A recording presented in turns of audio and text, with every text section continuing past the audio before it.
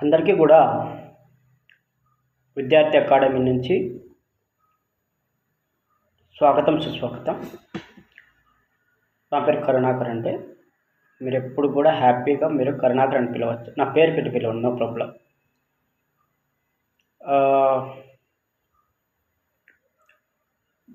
ఇప్పుడు నేను చెప్పిండేది ఏమిటంటే అనాలసిస్ చేశా.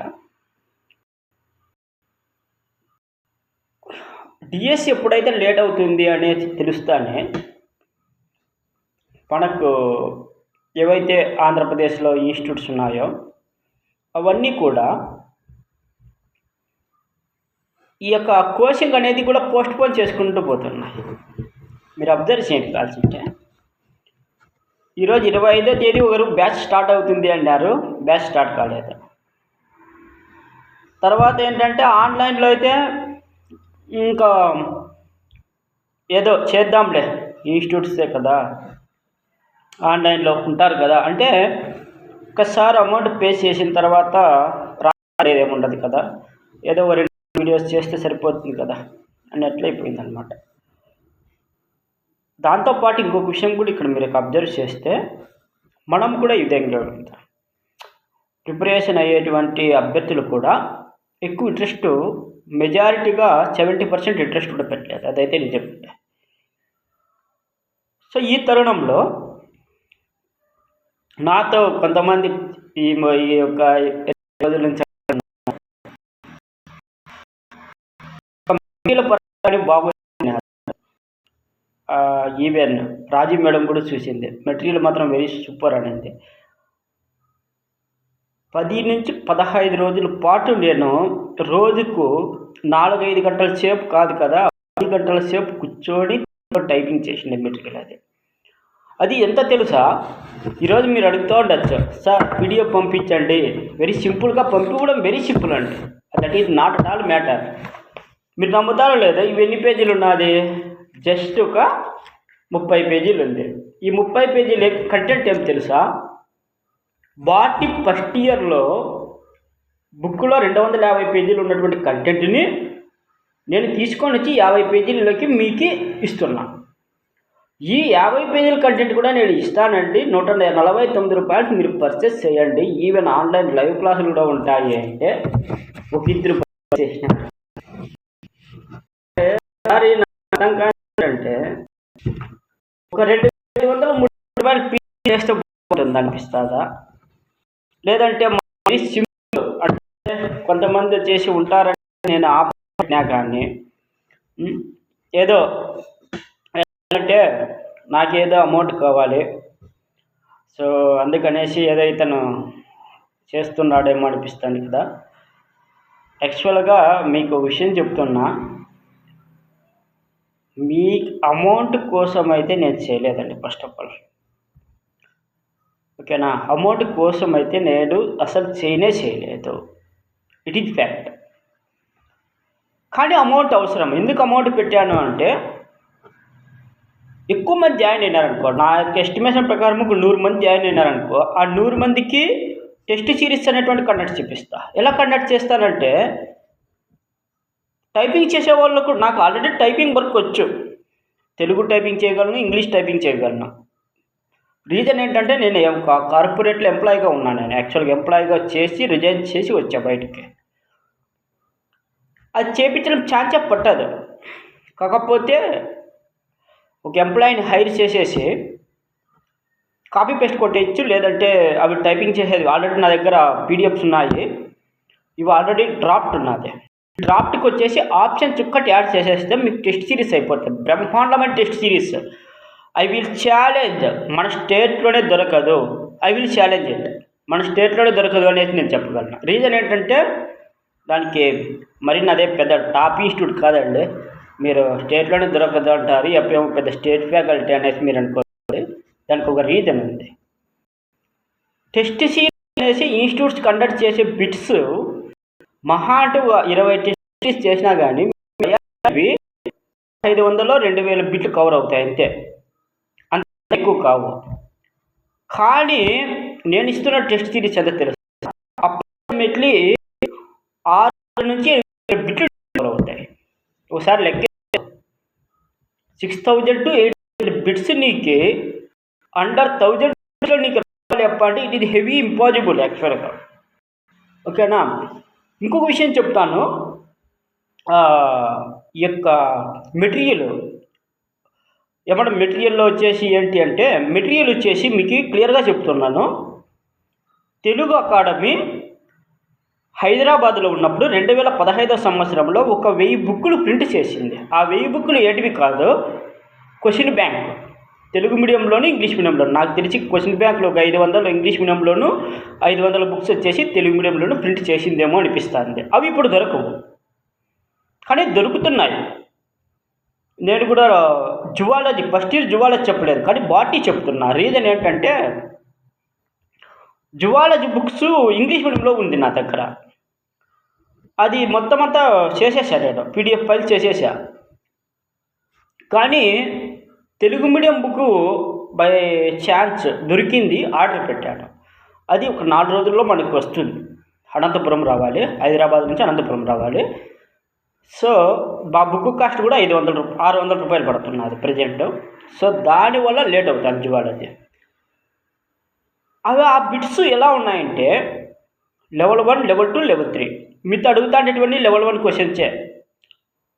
తర్వాత నేను కొన్ని ఎక్స్ట్రా ఇన్ఫర్మేషన్ ఎక్కడి నుంచి తీసుకొస్తున్నానంటే ఈరోజు క్వశ్చన్ అడిగినా.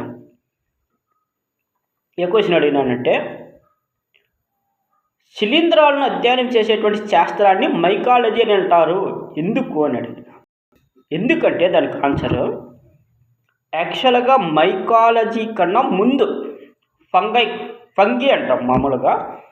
ఇక్కడ ఒకసారి కాన్సన్ట్రేట్ చేయండి. శిలీంధ్రం ఫంగి అంటే ఇది ప్లూరల్ అండి. ప్లూరల్ ఫంగి అనేది ప్లూరల్, శిలీంధ్రం అని అర్థం. ఇది ఒక ఇంగ్లీష్ లాంగ్వేజ్ వర్డ్. ఫంగస్ అంటే సింగల్, గుర్తుపెట్టుకోండి. ఇక్కడ ఫంగస్ సింగులర్ అదే, ఇది ఇంగ్లీష్ వర్డ్. తర్వాత గ్రీక్ వర్డ్ అంటే గ్రీక్ వర్డ్లో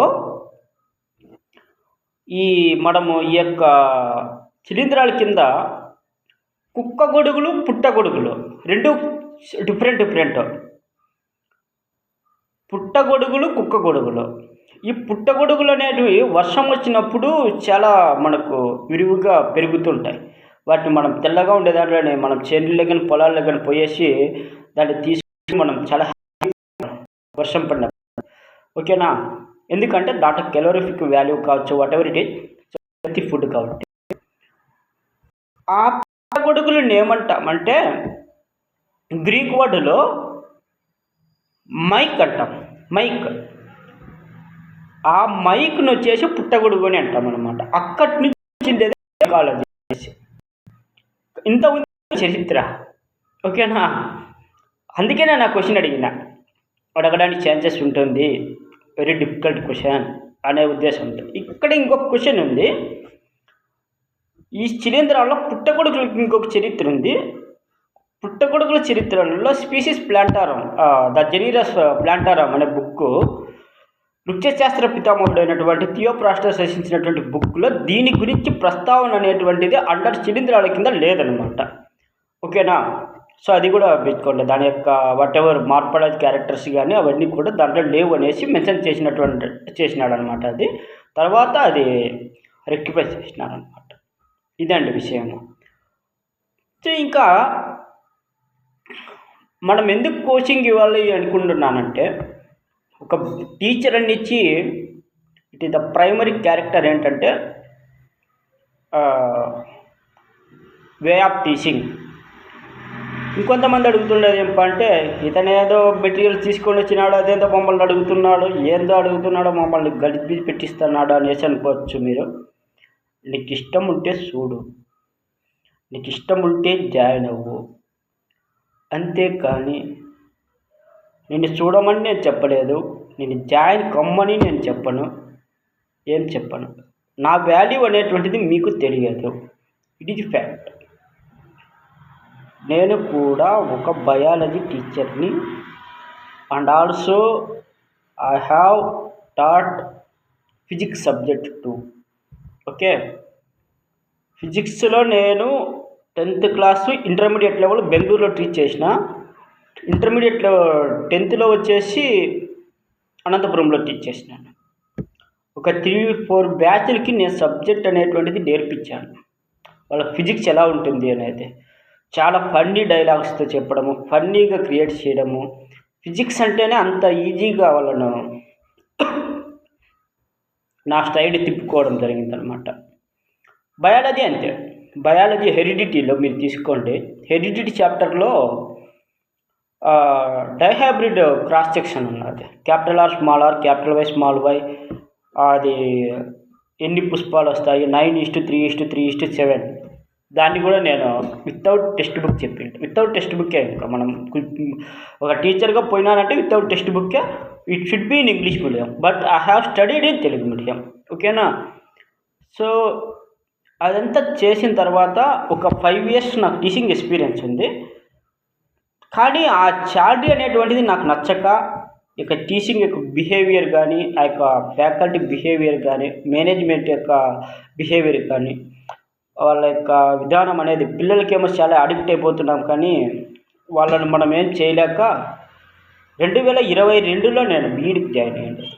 చూడండి, మీకు చెప్తున్నా, 2022లో నేను బీఈడీ చేసిన. అంతకుముందు సివిల్స్ రాసిన. 2019లో సివిల్స్ 19 సివిల్స్ రాసినాను. 17 కూడా సివిల్స్ రాసిన. తర్వాత ఏం జరిగిందంటే నాకు ఓకే అనేసి నేను ఇది వద్దు అనేసి అప్పుడు మళ్ళా ట్రాక్ చేంజ్ చేసిన. ట్రాక్ ఎక్కడ చేంజ్ చేశానంటే 2017 నుంచి 18 కెనడాను, స్పెయిన్, తర్వాత లాటిన్ అమెరికా, వీళ్ళ ఆ కంట్రీస్లో ఉండే వాళ్ళతో నేను ఫ్రెంచ్ లాంగ్వేజ్ నేర్చుకున్నా. French is one of the foreign language. This is official language of the United States of ఇక్కడ United States and also UNO, ఐక్యరాజ్య సమితిలో one of the official language. కెనడాలో సెకండ్ అఫీషియల్ లాంగ్వేజ్. సో మన French, German, Spanish, Italian, తర్వాత Mandarin, దీనిలో మన భారతదేశంలో వచ్చేసి మినీ ప్రాజెక్ట్స్ వస్తుంటాయి. ఓకేనా? అందులో నేను ఫ్రెంచ్ నేర్చుకున్నా. ఒక ఎన్జిఓ సహాయంతో నేర్చుకొని దాంతో నేను జాబ్ కూడా ఎంటర్ అయినా. ఎంఎన్సి కార్పొరేట్ ఎంప్లాయీగా పని చేస్తూ ఒక 50,000 నుంచి 60,000 రూపాయలు శాలరీ తీసుకునే హోల్డర్ నేను. అక్కడి నుంచి నేను ఎప్పుడైతే 2022లో జాయిన్ అయ్యానో బీఈడీకి జాయిన్ అయినా. తర్వాత బీఈడీకి జాయిన్ అయినది ఎందుకంటే నాది ఆల్రెడీ ఎంఎస్సీ జువాలజీ అయిపోయింది. ఎంఎస్సీ జువాలజీ 28th ర్యాంక్ నాది ఎస్కే యూనివర్సిటీ. తర్వాత ఏదో బీఈడీ కడదాంలే, ఎప్పుడన్నా టీచింగ్ సెక్టార్లో పనికి వస్తుంది కదా అనే ఉద్దేశంతో ఒక టీచర్ ఎప్పుడు చెప్తూ ఉండేవాడు. ఆయన చాలా wellwisher, government teacher, one of the UTF member of Anantapur జిల్లా. కరుణాకర్, బాగా చెయ్యప్పా, ఏమున్నది, బీఈడీనే కదా అయిపోతుంది, బీఈడీ అయిపోతుంది, ఎంఏడి చెయ్యి అంటే ఆయనకు డైట్ కాలేజ్ లెక్చరర్గా చాలా అవకాశాలు వచ్చినాయి అనమాట. ఈవెన్ మనకు ఆయన ఎంపీలు కూడా అయిపోయింది. అంటే సరే సార్, పోతే పోన్లే, 30,000 కదా అనేసి అనుకున్నా. సో ఛాన్స్ వచ్చేసి బీఈడీ కూడా కంప్లీట్ చేశాను. ఎప్పుడైతే బీఈడీ కంప్లీట్ చేశానో మీకున్న జ్ఞానం కూడా నాకు లేదండి. నిజం చెప్తున్నా. టెట్ ప్యాటర్న్ అంటే నాకు తెలియదు, డిఎస్సి ప్యాటర్న్ అంటే తెలియదు, డిఎస్సి సబ్జెక్ట్ అంటే తెలియదు. ఓకేనా? ఆ స్థాయిలో నుంచి నేను ఈరోజు వచ్చేసి మొత్తం అంతా స్టడీస్ చేస్తే ఇలా ప్రిపేర్ కావాలి, ఇలా ప్రిపేర్ కావాలి అనేసి నేను డిసైడ్ అయ్యాను అనమాట. ఇప్పుడు చేసినానంటే జాయిన్ చేశాను. నా 2024లో స్టార్టింగ్లో నా బీఈడీ కంప్లీట్ అయింది. అది సో 2024 స్టార్టింగ్లో బీఈడీ కంప్లీట్ చేసి first time Jagan government TET రాస్తే క్వాలిఫై అయినప్పుడు కూడా అప్పుడు 80 మార్క్స్ వచ్చినాయి. సో తర్వాత సెకండ్ టైం రాసినప్పుడు పేపర్ చాలా డిఫికల్ట్గా ఉంది కాబట్టి సేమ్ మార్క్స్ వచ్చా. బట్ ఐ నెవర్ ఫీల్ యాక్చువల్గా. ఎందుకంటే ఇంకా ఇప్పుడు జరుగుతున్న పరిణామాలు చూస్తే చాలా ఘోరంగా ఉన్నాయనిపించేస్తుంది. అప్పుడు నేను చాలా డిసైడ్ అయ్యేసి ఇప్పుడు నాకున్నటువంటి 2 ఆప్షన్స్లు ఏంటంటే, ఒకటి, డబ్బు అనేటువంటిది ఎంత సంపాదించినా మనతో నిలబడదు అనేది బాగా అర్థమైంది. సో అమౌంట్ ఎలా అయినా సంపాదించచ్చులే, సో మనకు ఆల్రెడీ కొంచెం ఏదో స్కిల్స్ ఉన్నాయి కదా అనేసి ఒక అన్న ఏం చెప్పాడు అంటే, ఆయన ఇప్పుడు ప్రజెంట్ ఎడ్జి టీచర్గా పనిచేస్తున్నాడు. అతను ఎప్పుడు నాతో ఏం చెప్పేవాడంటే, అయ్యా 6-7 సంవత్సరాల నుంచి డిఎస్సి లేక కనీసం వాళ్ళు ఏదో 4000 5000కి ప్రైవేట్ స్కూల్స్లో పని చేసుకుంటుండే వాళ్ళు ఉన్నారు. బట్ నువ్వేమి వాళ్ళు వచ్చిన వాళ్ళతో 40,000 50,000 జీతం తీసుకుంటున్నావు, వాళ్ళ పరిస్థితి చాలా ఘోరం ఉంది అన్నాడు. నాకు చాలా నిజంగా బాధ వేసింది అప్పుడు. అలాగా ఎప్పుడైనా నాకు మోటివేట్ చేస్తూ వస్తే ఎప్పుడన్నా వచ్చి ఆయన అనేవాడు ఎప్పుడు, ఏం చదువుతావా నువ్వు ఎప్పుడు అంటే ఎక్కువ తిరుగుతూ ఉంటానంటే. తర్వాత బిజినెస్ సైడ్కి వచ్చాను కొంచెము. సో ఎప్పుడు తిరుగుతూనే ఉంటాను. ఓకేనా, ఈవెన్ ప్రాఫిట్ ఆర్ లాస్ ఎక్కువ తిరుగుతూ ఉంటావు, నువ్వు కూర్చొని ఎప్పుడు చదువుతావు అనేసి ఎప్పుడు అనేవాడు నాతో. సరే అనేసి అనుకుంటాను. సరే అన్నాను. ఒక నెల రోజులు కూర్చోవడానికి ట్రై చేశా. 10-15 రోజులు పట్టింది నేను కూర్చోవడానికి. ఎక్కువ తిరగడమే ఎక్కువ. ఫైనల్గా చాలా చీటింగ్ వేసేసిన. Study hall room. Even Anantapuram టౌన్లోకి కూడా వెళ్ళిపోతావు అనిపిస్తుంది. అంటే బైక్ ఉన్నది, బైక్ ఉంది, పెట్రోల్ అన్నిటికీ ఉన్నది, బట్ ఏమున్నది రా అనిపిస్తుంది. ఓకేనా. సో ఆ తరుణంలో ఏమైంది, ఇదేదో వాయిదా అది ఇది అంటే, సో అప్పుడు నాకు థాట్ అనిపించింది. రాజీ మేడం వచ్చేసి చూస్తే ఎప్పుడు కూడా చాలా బాగా కష్టపడుతున్నది. సో మన దగ్గర ఆల్రెడీ సమ్ సోర్సెస్ ఉన్నాయి కదా. యాప్ వచ్చేసి నేను 2020లో తీసుకున్నా. ఇప్పుడు కాదు అది యాప్, ఏదో ఇప్పటికిప్పుడు నేను కొనలేదు. 2020లోనే కొనేసాను దాన్ని నేను, 4 years బ్యాక్. అది యాక్చువల్గా కొనే రీజన్ వేరే ఉంది. అది మళ్ళీ ఒక ½ an hour స్టోరీ ఉంది దాన్ని, అదంతా చెప్తాను మళ్ళా. అప్పుడు ఓకే ఎనీవే యాప్ ఫ్రీగానే ఉన్నది కదా, ఏదో యూజ్ అవుతుంది. ఆ ఇన్స్టిట్యూట్ అనేసి మన అభ్యర్థులు పోతుంటారు. ఎవరో 10 మంది అన్నా మనకు వస్తే చాలా సీరియస్గా వద్ద డిస్కస్ చేద్దాం అనే ఉద్దేశంతో ఆ 500 రూపాయలు పెట్టినటువంటి ప్రైజ్ని ఈ మంత్ ఎండ్ ఆఫర్గా, అంటే స్టూడెంట్ ఆఫర్గా మీకు 149కి రెడ్యూస్ చేయడం జరిగింది అనమాట. ఇది స్టోరీ అండి. ఓకేనా. 149తో నాకు 10 మంది జాయిన్ అయినా నాకు వచ్చే అమౌంట్ ఎంత తెలిసిన 1200. జిఎస్టీ ట్యాక్స్ అనేది డిడక్షన్ అవుతుంది. ఓకేనా. ట్యాక్స్ అనేది డిడక్షన్ అవుతుంది. నాకు 3 days తర్వాత అమౌంట్ క్రెడిట్ అవుతుంది. ఈరోజు మీరు అమౌంట్ పర్చేస్ చేస్తే నాకు వెంటనే అమౌంట్ రాదు, 3 days తర్వాత నా బ్యాంక్ అకౌంట్లోకి వస్తుంది.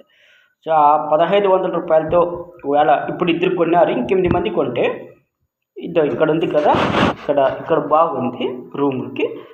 సో ఇక్కడ చిన్నది బోర్డు ఒకటి తీసుకొచ్చేస్తా. బోర్డు తీసుకొచ్చి వచ్చేసి బ్యాండ్ మీరు చూసుకోండి. బట్ అవే 2 అటెంప్ట్స్ కూడా అయిపోయినాయి కాబట్టి లెవెల్ సరిపోయింది. సమ్ అదర్ చేసి కొన్నాను అనుకో. సో దాన్ని అంటే కొంటారు, విధానం కొంటారు, డోంట్ వరీ, సమ్ అమౌంట్ రావాలి. అది వచ్చినప్పుడు ఏం చేస్తానంటే డైలీ మీతో డిస్కషన్, అంటే మీలో మన ఫ్యామిలీగా డిస్కస్ చేసుకుంటూ చదవుకొని సిలబస్ కంప్లీట్ చేసేద్దాము. డిస్కస్ చేస్తే నాకు కూడా బాగా సబ్జెక్ట్, అంటే నేను ఆల్రెడీ టీచర్గా పనిచేసిన ఆ ఉద్దేశంతో however it is by end of డిసెంబర్కి సిలబస్ కంప్లీట్ చేద్దాము. ఈవెన్ మెథడాలజీ, ఈవెన్ యొక్క కంటెంట్ అనేసి ఒక ప్లాన్లో ఉన్నాను. సో తర్వాత ఇంకా పోస్ట్ పోన్ అయినా ఇంకా హ్యాపీ. టెస్ట్ సిరీస్ జనరేట్ చేయడము, తర్వాత మంచి ప్రైజ్ మనీస్ కాంటెస్ట్ కండక్ట్ చేయడం. సో ఈ విధంగా ఒక ఫ్రెండ్లీ ఎన్విరాన్మెంట్, ఒక ఫ్యామిలీతో మనము ఒక టీచర్స్తో కానీ మేడంతో కానీ చేద్దాం ఉద్దేశంతో ఇచ్చేసానండి. అంతేను, మీరు ఎటువంటి మిస్అండర్స్టాండ్ చేసుకోవద్దండి. నాకు డబ్బులు ఏమి ఎక్కువ కాలేదు, ఎవరెవరు ప్రాబ్లమ్స్ అనుకుంటాయి, కాకపోతే మరీ అంత వద్దు అనుకున్నా. బట్ మెటీరియల్ వచ్చేసి పీడిఎఫ్స్లో అనేటువంటిది మనకు అద్భుతంగా కోర్సెస్ అనేటువంటిది అక్కడ ఉన్నది. ఇది నమ్ముతారో లేదో మీరు ఒకసారి పర్చేస్ చేయండి.